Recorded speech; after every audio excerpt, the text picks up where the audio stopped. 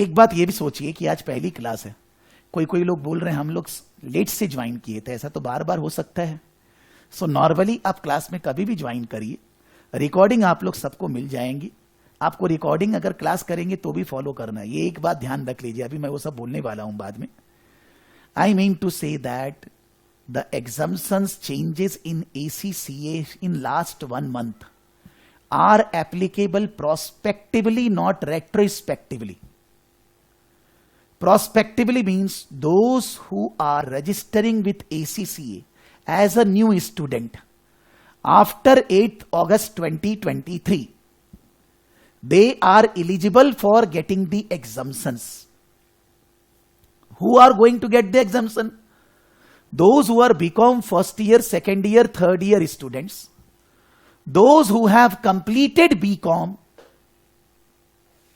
but registering with the institute after 8th August 2023, they will be eligible for 5 paper exemptions. Those who are registered already with ACCA, maybe they are BCom first year, second year, third year, BCom complete students. They registered with ACCA before 8th August 2023. They will not be getting any additional exemptions. Means what? If they are BCom first, second, third year, 0 exemption. If they are BCom complete, but they are registering after 2023, 8th August, then they will get 5 paper exemption. If they are BCom complete and already registered, like there are many in our class, they have already got 4 paper exemption, they will not get 1 more paper exemption of taxation. I think मैं जितना हद तक हो सके clear करके बता रहा हूं मैं ये बात।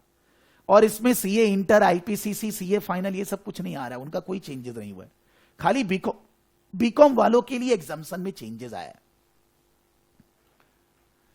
क्या मैं बोल दिया सब कुछ? क्या भाई? अभिषेक चतुर्वेदी थी,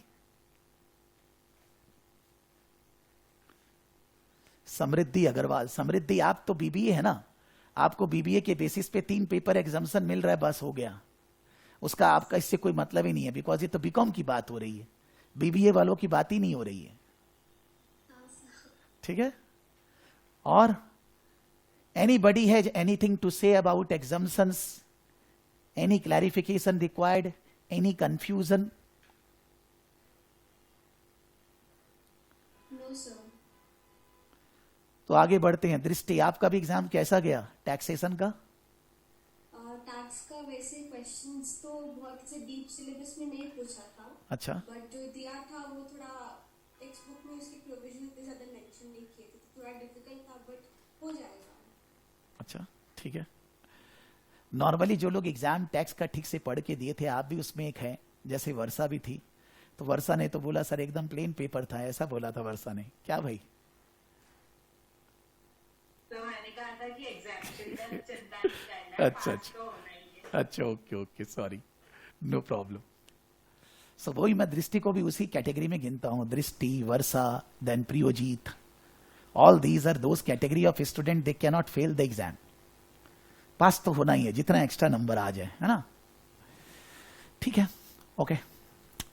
now when we will be studying FR, FM, PM, you will realize that these 3 are a difficult subject than taxation and auditing, which was not possible to understand earlier, because जब जो सब्जेक्ट पढ़ते हैं, exam देते, लगता है वही difficult है।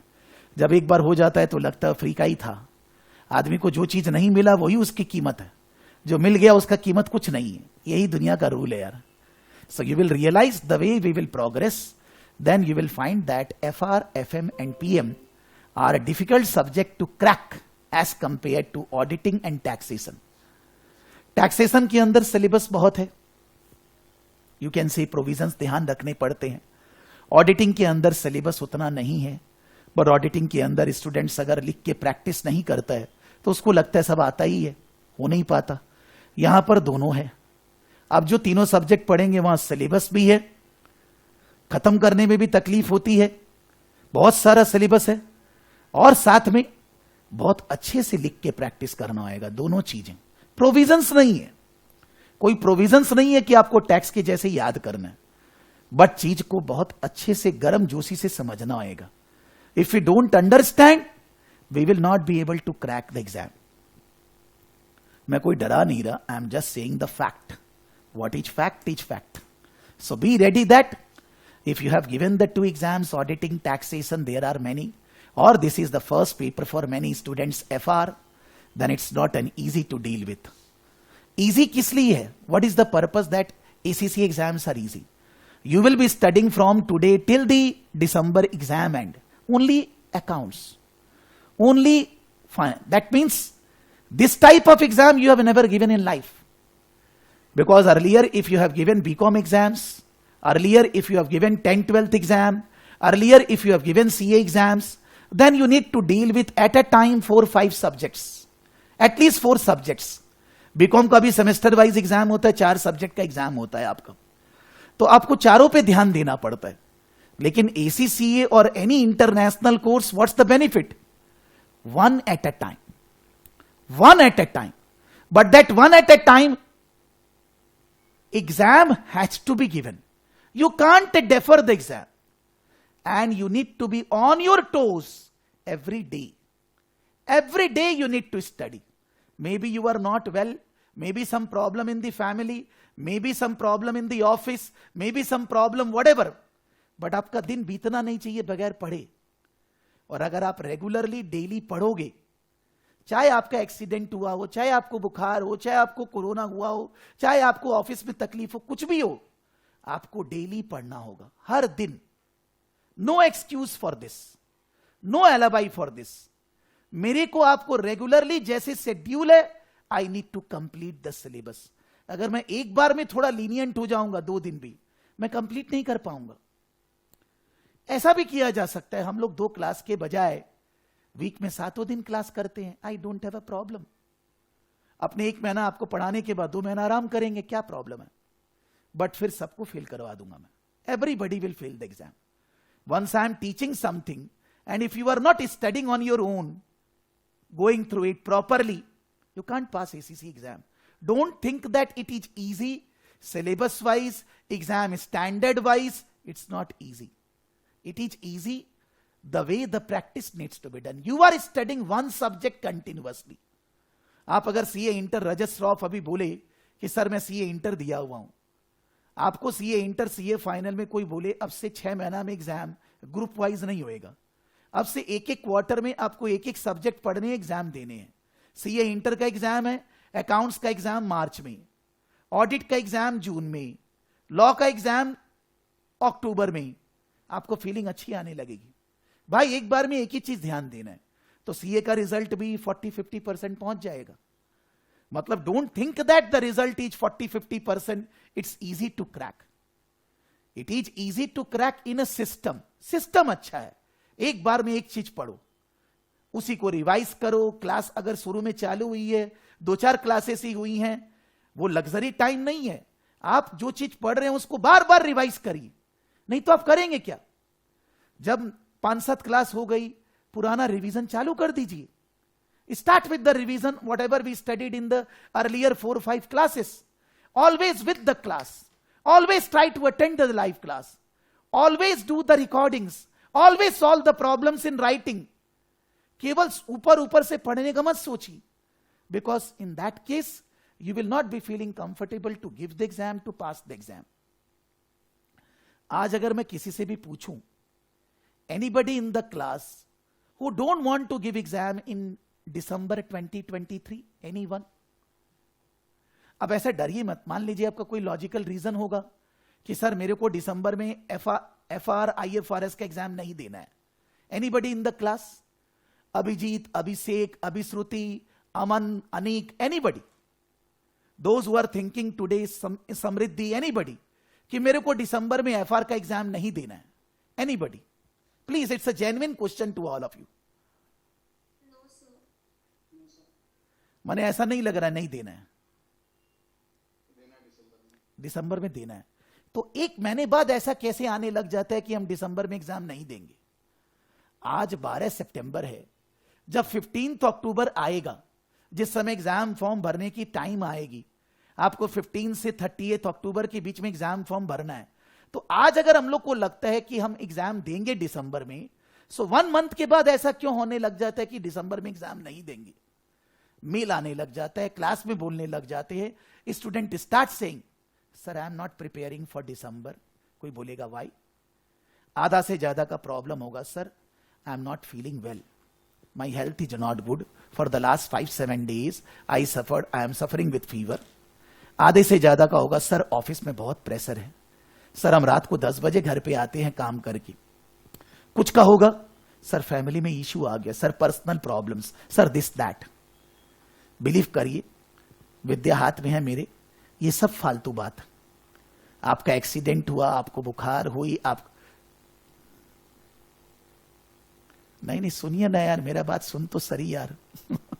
मैं तो यार 25 सालों से पढ़ा रहा हूं। एसीसीए छोड़ दीजिए, इंडियन सीए ले लीजिए यार, खड़ा कर देता हूं लाइन से। क्लास में आएंगे पहले दिन, भर्ती है क्लास, 150-200 जन को पढ़ा रहे हैं एक साथ, फिजिकल क्लासरूम में। I am talking about 10-12 years back. Physical classroom में 150-200 स्टूडेंट को एक साथ में पढ़ा रहा हूं। पहली क्लास में सब है, 2-3 क्लास बाद आधे गायब, और थोड़ा देर बाद और गायब। Not in online class, in physical offline class also. फिर बाद में 6 महीना बाद आएगा सर पिछली बार हम ज्वाइन किए थे, हम पढ़ नहीं पाए सर, ये हो गया था सर इस बार। वो कभी एग्जाम नहीं देने वाला है। अगर आज हम सोचते हैं कि हम दिसंबर में एग्जाम देंगे और 1 महीने बाद हमारे मन में आता है कि हम दिसंबर में एग्जाम नहीं देंगे, इसका मतलब हमारे से खराब कोई है ही नहीं। आपके अपने आप को किसी को बोलना नहीं, अपने अंदर सोचना है I am the worst person on this earth, why I am not giving exam, I can't prepare a single subject in 3 months, then why I am there in this batch, why I am doing a professional course, that means that is not my cup of tea, that is not my interest. I should be pursuing my interest. I should be doing something which I can do, which I like, in which I enjoy. मैं गलत area में आ गया हूं, मेरे को यहां से बाहर निकलना है। मतलब अपने बैच में 200 से ज्यादा लोग हैं, FR, IFRS और सीमा केस स्टडी लेकर। हर एक जन को एग्जाम देना है। इस बार इस बैच में एक एक जन को पकड़ पकड़ के डंडा पड़ेगा, बिकॉज इंस्टीट्यूट ने साथ में बोलते वक्त यह भी बोल दिया कि Saraf sir we require 100% result from Saraf academy, we see you as a different thing. मेरे को भी दिल पे लग गया है। तो अगर मैं किसी को क्लास में चिल्ला रहा हूं, बोल रहा हूं, be ready, don't think that it's an online class and you are not attending the class, then nothing will happen. एक एक जन के पास मेरा मैसेज जाएगा, फोन जाएगा, टीम कॉल करेगी। आप बोलेंगे सर मैंने तो पैसे दिए हैं ना। सर पैसे कोई मतलब नहीं है। Why you have paid money, why you are here to pass the exam, why I am here to make you pass the exam, to make you sit for the exam. तो इस बार का batch थोड़ा और डंडा मारकर होएगा। Whatever you way you see, maybe आपको कभी बुरा लगे, गुस्सा आए, सोनाली, स्वरूप, एवरीबडी, ऐसे में नहीं बोल रहा आप लोग खराब है, बट एक एक जन को इस बार डंडा ज्यादा पड़ने वाला है। आपको 1-2 क्लास में शुरू में आ जाते हैं, बाद में आना बंद। सर मेरे को सुबह ये प्रॉब्लम है, सर मैं सुबह ये करती हूं, सर मैं यहां बाहर हूं, सर मैं ये कर रहा हूं। फालतू बात नहीं, no alibi. I want everybody should be giving exam and everybody should be passing the exam. 2023 and the best and for our life, कि we have to pass the exam everybody. बाद में किसी का यह नहीं आना चाहिए कि अक्टूबर में 15-20 तारीख को हम एग्जाम नहीं देंगे सर। चाहे आपका कोई भी प्रॉब्लम हो, मैं कोई प्रॉब्लम की बात नहीं कर रहा, आपका एक्सीडेंट होए, आपको बुखार होए, आपके ऑफिस में प्रॉब्लम है, फैमिली में इश्यू है, कुछ भी है, आपको चुपचाप से पढ़ाई करके एग्जाम देना है। Is this clear to everybody? ठीक है। और इसके लिए बहुत जोर जोर से डंडा पड़ेगा, बिलीव करिए दृष्टि। मान लीजिए आप तो सीरियस ही हैं, लेकिन कोई क्लास नहीं कर रहा है, सबका अटेंडेंस के बेसिस पे रेगुलरली आपके साथ कम्युनिकेट किया जाएगा। ऐसा हो सकता है कि आपको बैच से निकाल दिया जाए विदाउट एनी रिफंड। आप लाइव भी नहीं करते, आप रिकॉर्डिंग भी नहीं करते, पढ़ते ही नहीं, तो आप फिर अपना लाइफ बर्बाद कर रहे हो ना। पैसे से मतलब नहीं है. You are destroying your life, which I don't want. When I am doing something, I need to achieve success in that. सीधा बात मैं बोल रहा हूं. So be prepared that this batch is going to be a different attitude as compare to earlier batch. I have taken a challenge that I want to give exam to everybody. सबको exam देंगे और साथ में पास भी होंगे. इसलिए कोई message नहीं करेगा मैं ये नहीं किया, वो नहीं किया, तबीयत खराब है, एक्सीडेंट हो गया, ये है, मैं बाहर हूं, यहां हूं. कोई एलाबाई नहीं चलेगा. आपके पास क्लास लाइव है, रिकॉर्डिंग है, आप लाइव करिए, रिकॉर्डिंग करिए, डाउट पूछिए, अपना डाउट्स क्लियर करिए. You have to sit for the exam, you have to pass the exam when you are connected with Prakash sir. That's the only thing I know, और मेरे को उसी से मतलब है. सो आगे बढ़ते हैं with this thought process.